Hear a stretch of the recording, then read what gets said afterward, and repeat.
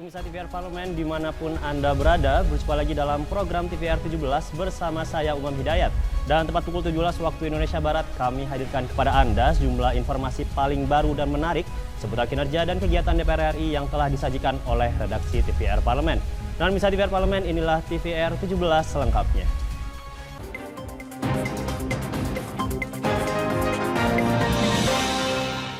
Komisi 2 DPR RI mendorong adanya perbaikan sistem pelayanan publik dan aparatur sipil negara agar masyarakat mendapatkan pelayanan yang cepat dan maksimal.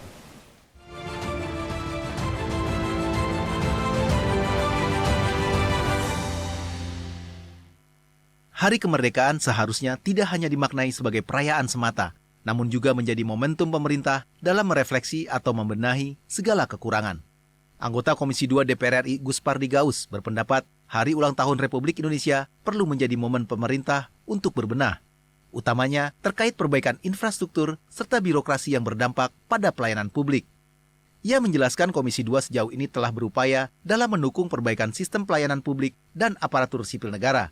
Tujuannya agar masyarakat mendapatkan pelayanan yang cepat dan maksimal.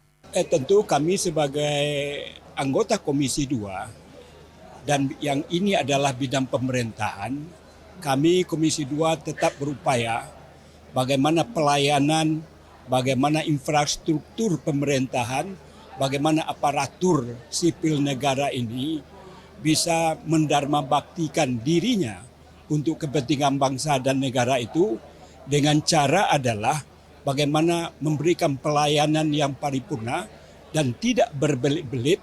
Dan ini adalah merupakan harapan dan keinginan seluruh masyarakat Indonesia manakala mereka ingin berurusan dengan pemerintahan, dengan birokrasi dan lain sebagainya. Oleh karena itu, makna daripada kemerdekaan itu adalah juga merdeka daripada birokrasi.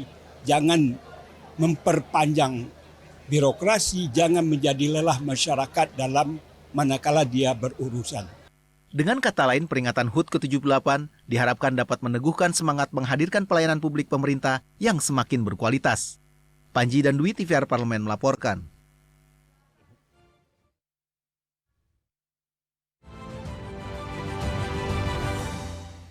Kita beralih ke berita selanjutnya pemirsa. Guna menyelesaikan permasalahan terkait tenaga honorer, Komisi 2 DPR RI berharap Kementerian Pendayagunaan Aparatur Sipil Negara dan Reformasi Birokrasi dan Kementerian Keuangan dapat membuat skema yang ketat dan rinci terkait persoalan tenaga honorer.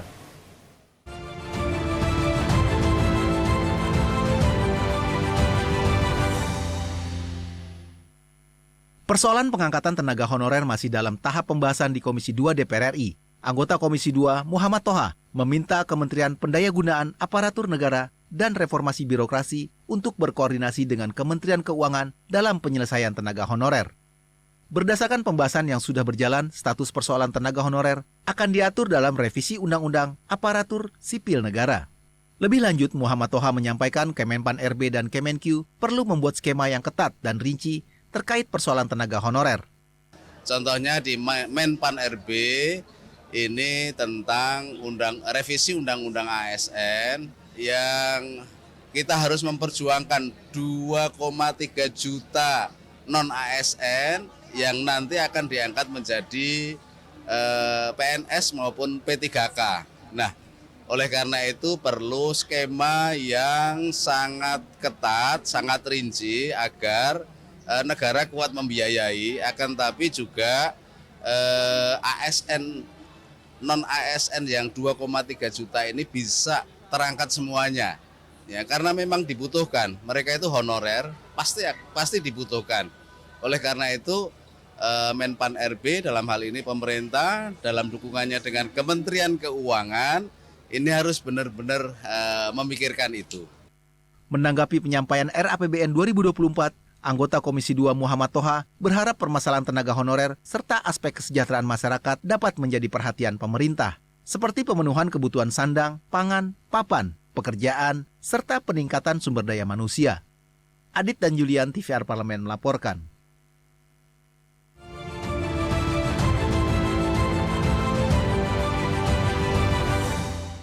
Sebagai upaya pengentasan kemiskinan ekstrim, Komisi 10 DPR RI berharap pemerintah teliti menentukan subsidi serta insentif perpajakan sehingga masyarakat dapat merasakan keadilan sosial.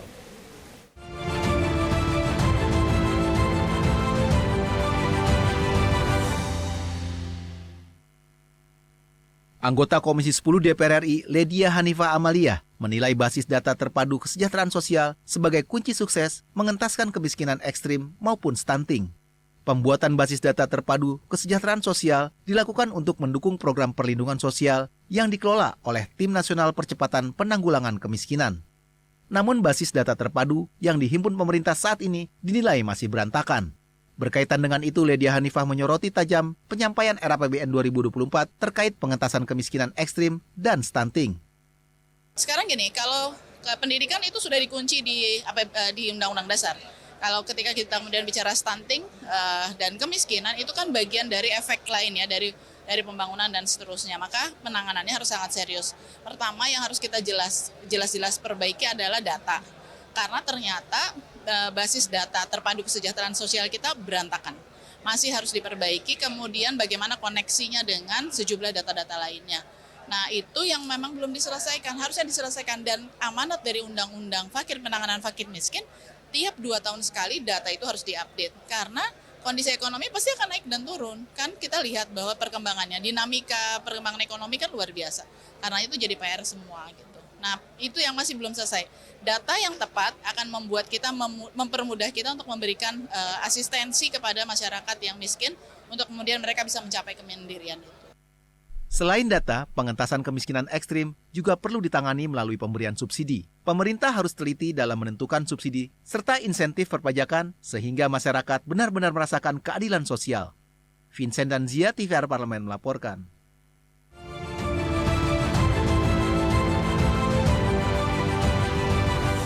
Pemirsa, Badan Pusat Statistik memprediksi Indonesia mencapai puncak bonus demografi di tahun 2045 nanti. Dan informasinya akan kami hadirkan saat lagi, untuk itu tetaplah di TVR 17. Mengenal tugas dan fungsi DPR RI. Dewan Perwakilan Rakyat atau DPR adalah lembaga negara yang mewakili aspirasi rakyat. Kehadiran DPR RI merupakan salah satu bukti bahwa Indonesia merupakan negara demokrasi. Sebagai salah satu lembaga perwakilan rakyat, apa saja tugas dan fungsi yang diemban DPR RI? Berdasarkan pasal 20A ayat 1 Undang-Undang Dasar 1945, DPR memiliki 3 fungsi, yakni fungsi legislasi, anggaran, dan pengawasan. Tugas dan wewenang DPR berbeda untuk setiap fungsinya. Yang pertama, fungsi legislasi.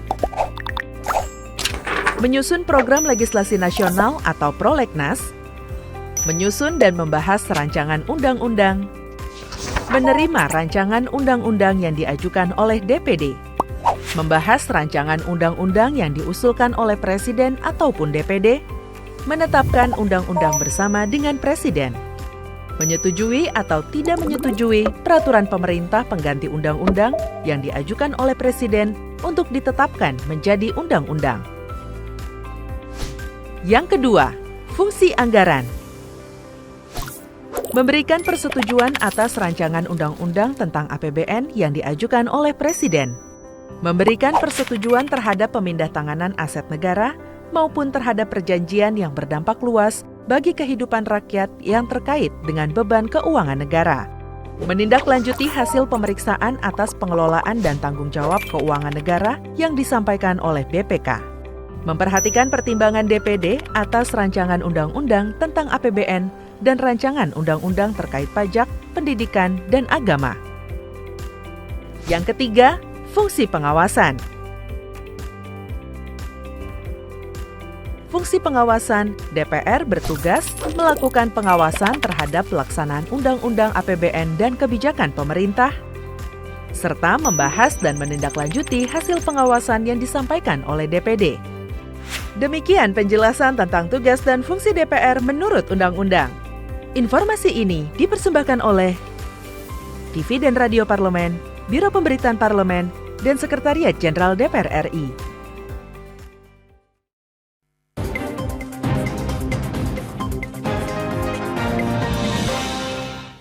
Pemirsa, Anda kembali di TVR 17. Dalam rangka mewujudkan Indonesia Emas tahun 2045, DPR RI berharap pemerintah dapat memanfaatkan bonus demografi di tahun 2045 nanti. Dan pemerintah diminta membuat kebijakan yang dapat meningkatkan kualitas sumber daya manusia, khususnya di bidang pendidikan. Di usia yang ke-78 Republik Indonesia, DPR RI berharap potensi serta kreativitas anak muda dapat dikembangkan dengan baik, mengingat generasi muda merupakan penerus perjuangan untuk memajukan bangsa. Dan pemirsa, untuk mengetahui informasi selengkapnya, mari kita simak laporan mendalam yang telah dihimpun oleh tim redaksi TVR Parlemen dalam segmen editorial Parlemen berikut ini.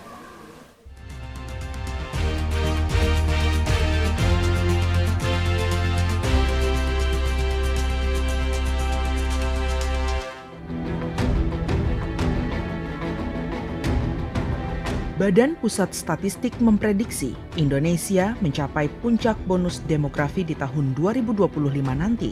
Bonus demografi sangat menguntungkan jika dikelola dengan baik. Untuk itu pemerintah perlu memanfaatkan momen ini semaksimal mungkin demi mewujudkan Indonesia Emas tahun 2045. 69% penduduk Indonesia saat ini adalah penduduk berusia 20 hingga 30 tahun atau usia produktif. Generasi inilah yang akan meneruskan perjuangan untuk memajukan bangsa Indonesia. Sehingga pemerintah harus serius dalam mempersiapkan mereka menjadi calon pemimpin melalui kebijakan-kebijakan yang dapat meningkatkan kapasitas generasi muda. Salah satunya kebijakan pendidikan. Dan oleh sebab itu kita tidak boleh lengah, tidak boleh salah mengambil keputusan, dan betul-betul harus mempersiapkan agar mereka-mereka nanti yang memimpin, yang akan berada di puncak di 2045 adalah mereka-mereka yang siap menerima tongkat estafet dari para pendahulunya. Kalau melihat dan berbicara dalam konteks pengembangan pemuda, satu, pendidikan. Pendidikan merupakan kata kunci. Pendidikan bukan hanya sekedar pendidikan formal, tapi pendidikan juga yang mempersiapkan anak-anak ini menjadi sumber daya yang tangguh, yang memiliki kearifan lokal, yang memahami betul makna dan arti keberadaannya sebagai anak Indonesia, sebagai pemuda Indonesia yang setia kepada cita-cita kemerdekaan, paham betul mengenai ideologi kebangsaan kita, dan yang kita yakini sanggup menjaga Indonesia dan menegakkan panji-panji merah putih.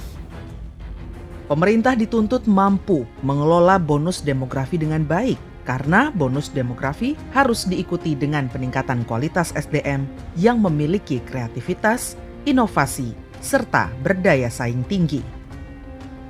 Alia Nurayu Laksono sebagai staf khusus Menteri Pemuda dan Olahraga menegaskan, dalam mengembangkan potensi anak muda Indonesia, Kementerian Pemuda dan Olahraga telah menjalankan program kewirausahaan muda dengan bantuan akses permodalan, pertukaran pemuda antar negara, dan beasiswa bagi atlet yang berprestasi.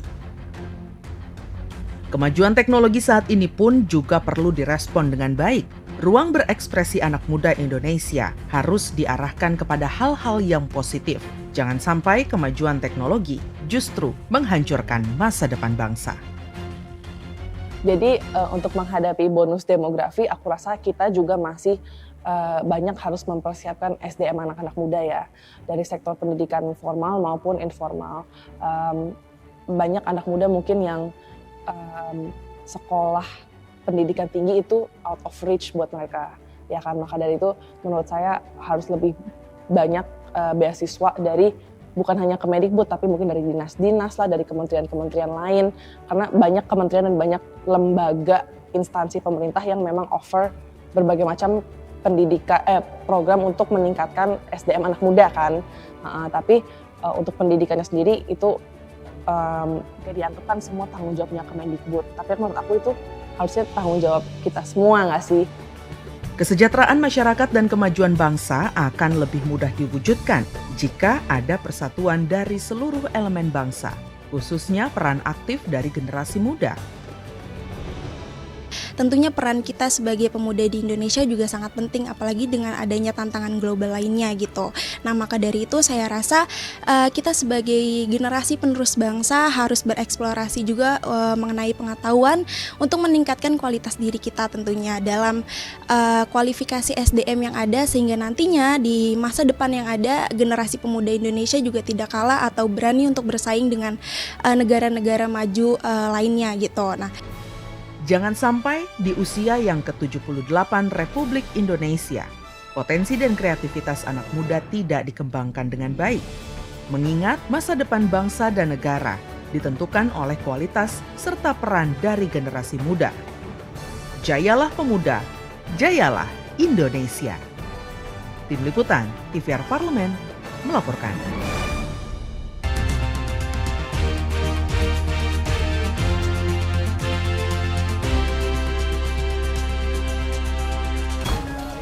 Masyarakat agar tidak menggunakan pinjaman online ilegal karena maraknya kasus kebocoran data pribadi dan juga kasus penipuan.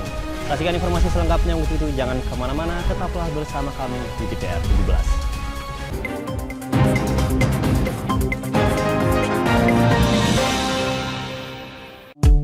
DPR RI memiliki fungsi diplomasi dalam menjalankan politik luar negeri sesuai dengan pasal 116 Undang-Undang MD 3. Kontribusi aktif BKSAP DPR RI memainkan peranan penting dalam memenangkan persaingan global melalui IPU, IPA, IPPF, IPA, dan PUIK.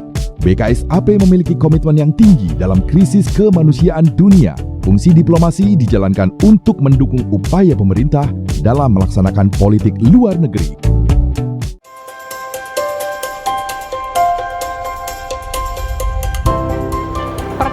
Dalam sejarah Indonesia, tahun 2024 kita mengadakan pemilu serentak, legislatif dan eksekutif baik di tingkat pusat maupun daerah. Catat waktunya, Rabu 14 Februari 2024. Untuk pemilihan legislatif, Anda akan memilih anggota DPD, anggota DPR, anggota DPRD Provinsi, dan anggota DPRD Kabupaten atau Kota. Selain pemilu legislatif, Anda juga akan memilih presiden dan wakil presiden loh pemirsa. Di bulan November, tepatnya Rabu 27 November 2024, juga akan diadakan pemilihan kepala daerah atau pilkada serentak. Dalam pilkada nanti, Anda akan memilih gubernur dan wakil gubernur, bupati dan wakil bupati, serta wali kota dan wakil wali kota. Nah, pemirsa sudah tahu kan waktunya? Kini saatnya Anda untuk mempersiapkan diri. Kenali calon-calon wakil rakyat dan pemimpin Anda dengan baik.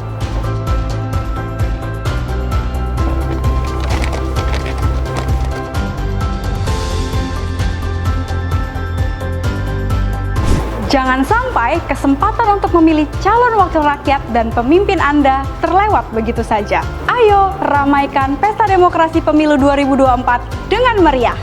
Demi masa depan bangsa Indonesia.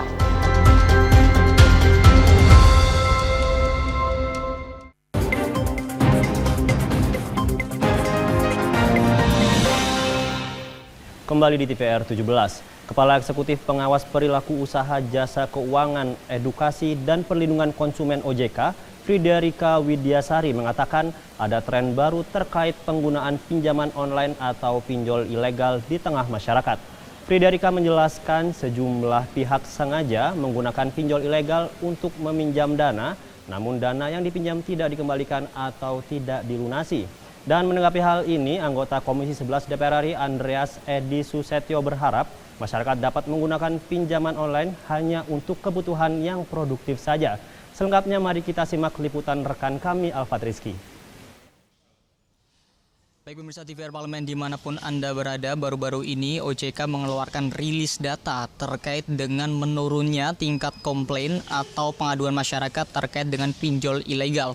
Namun ada satu tren yang menarik yang menjadi sorotan juga dari OJK, yaitu masyarakat sengaja meminjam uang kepada pinjol namun tidak dikembalikan. Nah, lalu seperti apa tanggapan dari Komisi 11 DPR RI? Saat ini saya sudah bersama dengan salah satu anggota Komisi 11 DPR RI, Bapak Andreas Edi Susetyo dari fraksi PDI Perjuangan untuk daerah pemilihan Jawa Timur 5. Baik Pak Andreas, kira-kira Komisi 11 memandangnya atau Bapak memandangnya seperti apa Pak terkait dengan tren masyarakat yang sengaja meminjam uang kepada pinjol ilegal namun tidak dikembalikan dananya Pak? Ya, yang pertama bahwa kesadaran masyarakat tentang bahwa mereka harus membedakan antara pinjol legal dan ilegal itu dengan peningkatan literasi keuangan itu meningkat dan ini kita sambut baik.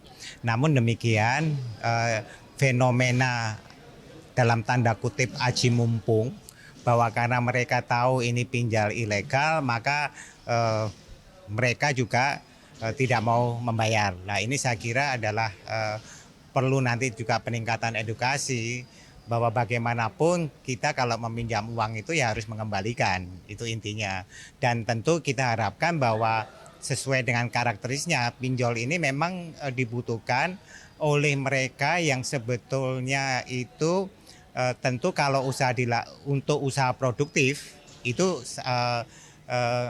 memang dibutuhkan. Ini bagian dari inklusi keuangan. Artinya dia itu secara business viable tetapi belum bankable. Jadi kita harapkan nanti dalam masyarakat juga harus memahami dan fair bahwa jangan aji mumpung karena ilegal maka punya istilahnya keinginan untuk dari awal ngemplang. Berarti tetap saran Bapak tetap harus dikembalikan ya Pak ya? Betul. Baik Pak. Saran saya jangan pinjam ke pinjol ilegal.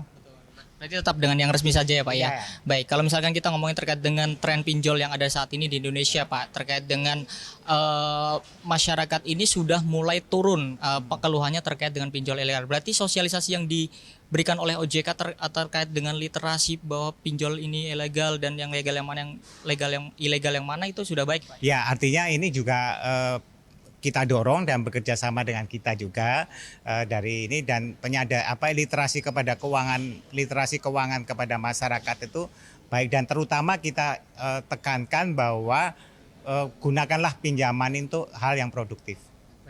Baik Pak, sedikit lagi Pak harapannya ke depan ini sekarang ini per Juli masih ada data 429 pinjol ilegal yang masih terus ada. Lalu ke depan seperti apa Pak supaya bisa pinjol ilegal ini benar-benar bisa ditekan? Ya tentu dari pihak pengawas OJK itu harus tegas dalam hal ini dan juga dari masyarakat berkali-kali kita sampaikan kepada masyarakat sebelum Anda melakukan pinjaman melalui pinjol tolong dicek dulu bahwa dia itu legal atau ilegal. Terima kasih Pak Andreas atas waktunya. Baik pemirsa TVR Parlemen, itulah bincang-bincang saya dengan salah satu anggota Komisi 11 DPR RI Bapak Andreas Edi Susetyo, di mana tadi Bapak Andreas tetap menyarankan kepada masyarakat untuk meminjam dana kepada pinjaman online yang legal, bukan yang ilegal. Dan di mana tadi Bapak Andreas juga menyampaikan bahwa literasi keuangan yang ada saat ini terkait dengan pinjol ilegal maupun ilegal sudah baik dan OJK perlu terus untuk melakukan langkah-langkah sosialisasi untuk dapat terus menekan dari adanya pinjol ilegal ini. Sekian yang dapat saya laporkan pemirsa, saya Alfat Rizky kembali ke studio. Selanjutnya pemirsa, apa saja yang menjadi topik perbincangan di media online pada hari ini? Usai jeda tetaplah di TVR 17.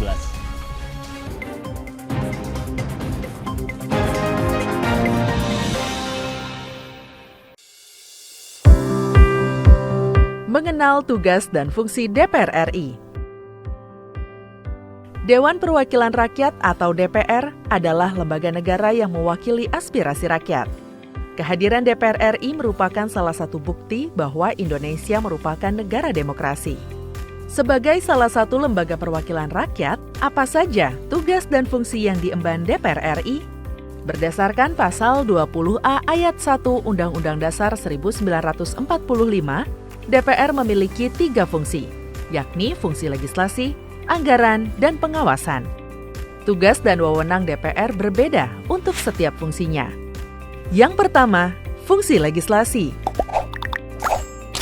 menyusun program legislasi nasional atau prolegnas, menyusun dan membahas rancangan undang-undang, menerima rancangan undang-undang yang diajukan oleh DPD, membahas rancangan undang-undang yang diusulkan oleh Presiden ataupun DPD, menetapkan undang-undang bersama dengan Presiden, menyetujui atau tidak menyetujui peraturan pemerintah pengganti undang-undang yang diajukan oleh Presiden untuk ditetapkan menjadi undang-undang. Yang kedua, fungsi anggaran. Memberikan persetujuan atas rancangan undang-undang tentang APBN yang diajukan oleh Presiden. Memberikan persetujuan terhadap pemindahntanganan aset negara maupun terhadap perjanjian yang berdampak luas bagi kehidupan rakyat yang terkait dengan beban keuangan negara. Menindaklanjuti hasil pemeriksaan atas pengelolaan dan tanggung jawab keuangan negara yang disampaikan oleh BPK. Memperhatikan pertimbangan DPD atas rancangan undang-undang tentang APBN dan rancangan undang-undang terkait pajak, pendidikan, dan agama.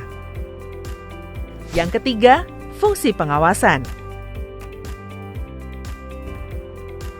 Fungsi pengawasan, DPR bertugas melakukan pengawasan terhadap pelaksanaan undang-undang APBN dan kebijakan pemerintah, serta membahas dan menindaklanjuti hasil pengawasan yang disampaikan oleh DPD. Demikian penjelasan tentang tugas dan fungsi DPR menurut undang-undang. Informasi ini dipersembahkan oleh TV dan Radio Parlemen, Biro Pemberitaan Parlemen, dan Sekretariat Jenderal DPR RI.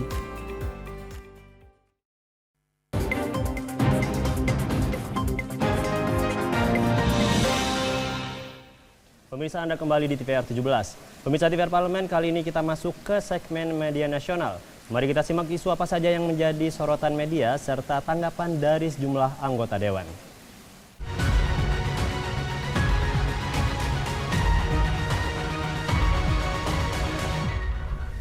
Pemirsa, berita pertama yang menjadi headline di media online yaitu datang ke Ponorogo, DPR RI kawal Monumen Reok masuk proyek strategi nasional. Dapat dilihat di sini pemirsa. Ya, di sini Badan Kerjasama Antar Parlemen DPR RI melakukan kunjungan ke Monumen Reok dan Museum Peradaban yang berdiri megah di kawasan Gunung Gamping, Kecamatan Samping, Ponorogo, Jawa Timur pada Sabtu 19 Agustus 2023. Dan monumen setinggi 126 meter ini menjadi fokus perhatian dalam upaya pelestarian budaya di tengah era globalisasi yang semakin kuat. Ketua BKSAP DPR RI Fadli Zon menyampaikan penghargaan dan apresiasi kepada pemerintah Kabupaten Ponorogo atas upaya besar yang diambil dalam pembangunan MRMP. Dan pemirsa, Fadli menekankan bahwa pembangunan bukan hanya tentang fisik tetapi juga tentang warisan budaya yang harus dijaga dan juga dihargai. Lebih lanjut, ia berharap bahwa langkah positif ini bisa diadopsi oleh daerah-daerah lain di Indonesia. Dan pemirsa, dengan kunjungan ini, BKSAP DPR RI memberikan dukungan nyata terhadap usaha pelestarian budaya di Indonesia. Monumen Reok dan Museum Peradaban di Ponorogo menjadi simbol penting dalam perjuangan melestarikan warisan budaya bangsa dalam era modern. Dan pemirsa, berita selanjutnya yang menjadi headline di media online pada hari ini yaitu Konstitusi. Hari Konstitusi maksud kami, Puan soroti hak perempuan dan pemilu yang damai. Dapat dilihat di layar kaca Anda pemirsa. Di sini Ketua DPR RI Puan Maharani maksud kami mengingatkan pentingnya membangun peradaban politik hukum nasional demi mewujudkan harapan rakyat di peringatan Hari Konstitusi yang jatuh setiap tanggal 18 Agustus. Puan juga menekankan hak konstitusi menjamin partisipasi warga bangsa dalam mengartikulasikan hak politik, hak sosial, hak budaya, dan juga ekonomi. Bahkan juga memberikan ruang artikulasi kaum perempuan dalam segala bidang. Dan misal oleh karena itu Puan menekankan perlunya dorongan untuk memperkuat peran perempuan. Apalagi konstitusi juga mengatur jaminan hak asasi perempuan. Dan misal termasuk hak jaminan penghapusan segala bentuk diskriminasi terhadap perempuan yang menjadi amanat konvensi PBB. Puan juga menegaskan pemenuhan hak-hak perempuan dalam konstitusi sangat penting mengingat masih banyaknya diskriminasi yang diterima perempuan, baik kekerasan fisik, psikis hingga diskriminasi di berbagai bidang lainnya. Dan pemirsa, itu tadi headline di media online pada hari ini terkait datang ke Ponorogo, DPR RI kawal Monumen Reok masuk proyek strategi nasional, serta Hari Konstitusi Puan soroti hak perempuan dan pemilu yang damai.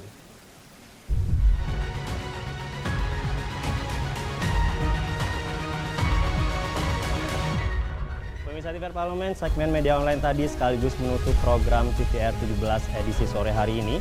Saya Umam Hidayat beserta seluruh kru TVR Parlemen yang bertugas mengucapkan terima kasih dan undur diri dari hadapan Anda. TVR Parlemen, referensi Indonesia.